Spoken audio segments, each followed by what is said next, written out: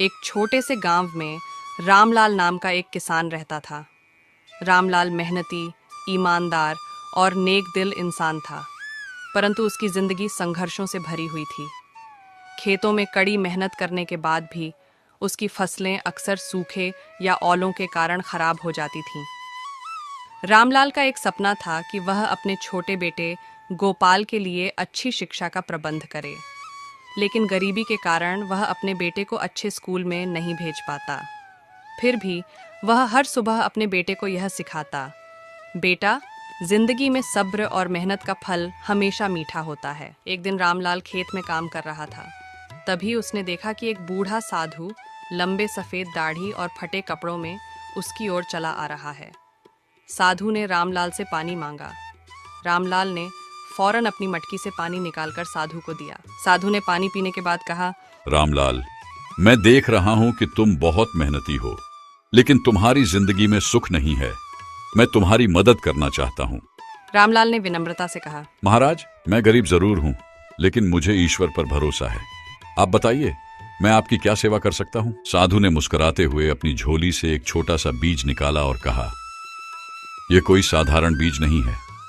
इसे अपने खेत में बो दो तो तुम्हारी सारी समस्याएं हल हो जाएंगी। रामलाल ने साधु के चरण स्पर्श किए और बीज को संभालकर अपने खेत में बो दिया। रामलाल ने उस बीज का ध्यान रखना शुरू किया।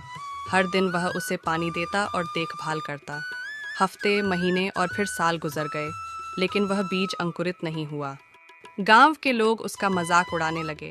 वे कहते, रामलाल, तुम एक बंजर बीज के पीछे अपना समय और मेहनत बर्बाद कर रहे हो। लेकिन रामलाल का विश्वास डगमगाया नहीं। उसने हमेशा अपने बेटे को सिखाया था कि सब्र का फल मीठा होता है, और अब वह खुद उस सिद्धांत पर अडिग था। कुछ समय बाद एक सुबह रामलाल ने देखा कि जहां उसने बीज बोया था, वहां एक छोटा सा पौधा उग आया था। उसकी खुशी का ठिकाना नहीं रहा। धीरे धीरे वह पौधा बड़ा होने लगा और एक विशाल पेड़ में बदल गया। जब पेड़ पर फल आने लगे तो वह फल देखने में साधारण नहीं थे। वे बड़े, चमकीले और सोने जैसे चमकदार थे। रामलाल ने एक फल को तोड़ा और उसे बाजार में बेचने गया। जैसे ही बाजार में लोगों ने उस फल को देखा, उन्होंने बड़ी कीमत पर उसे खरीद लिया। रामलाल को इतने पैसे मिले कि वह अपने बेटे गोपाल को बड़े शहर के सबसे अच्छे स्कूल में भेज सका। कुछ ही समय में रामलाल की किस्मत बदल गई। उसने अपने खेतों में नई तकनीक से खेती करना शुरू किया।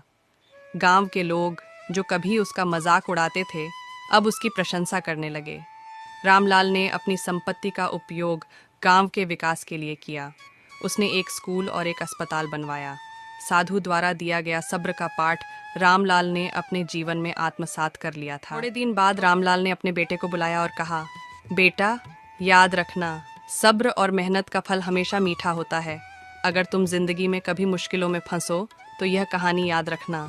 बेटे ने मुस्कुराकर कहा, पिताजी, यह कहानी तो पूरे गांव को पता है। यह सब्र का फल का पेड़ आज भी हमें सिखाता है कि मेहनत और सब्र से ही सफलता मिलती है। निष्कर्ष, सब्र और मेहनत का फल हमेशा मीठा होता है। यह कहानी सिखाती है कि विश्वास और धैर्य से बड़ी मुश्किलों को हराया जा सकता है। मिलते हैं एक और नई कहानी के साथ। तब तक अपना ख्याल। जय भारत, जय हिंद।